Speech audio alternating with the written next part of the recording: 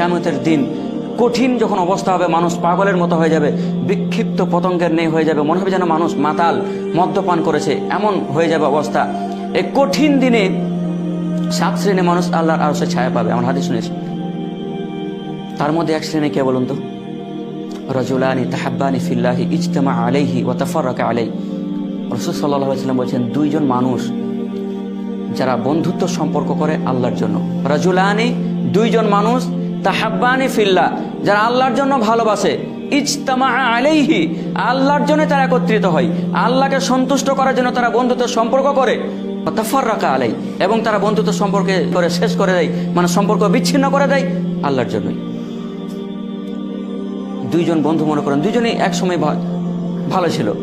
একজন সৎকে বেছে নিল, পরেজগার, মুত্তাকি, ইমানদার, আল্লাহ ওয়ালা, সে 5 ওয়াক্ত নামাজিকে বেছে নিল। এবং একজন ওই জোয়া, মদ, নারী, গান বাজনা, অর্থাৎ সে ভ্রষ্ট রাস্তাকে পছন্দ করে নিল। তো ওই সৎ বন্ধু তার কাছ থেকে সম্পর্ক ছিন্ন করিল। কার সন্তুষ্টি আশায়?